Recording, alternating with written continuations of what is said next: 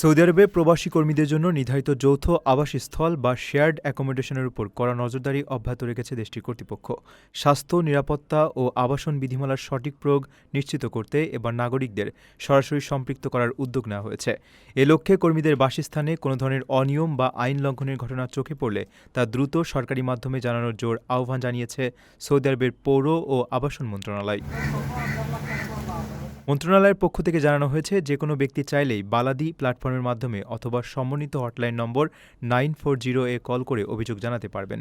সরকারি এসব মাধ্যমে কোনো অনিয়মের খবর পাওয়ার পর পরিদর্শক দল দ্রুত ঘটনাস্থলে পৌঁছে প্রয়োজনীয় আইনি ব্যবস্থা গ্রহণ করবে। বর্তমানে মাঠ পর্যায়ে চলা এই অভিযানের মূল লক্ষ্য হল কর্মীদের এসব যৌথ বাসস্থান যেন নির্ধারিত স্বাস্থ্য, নিরাপত্তা ও প্রযুক্তিগত মানদণ্ড শতভাগ মেনে চলে তা নিশ্চিত করা।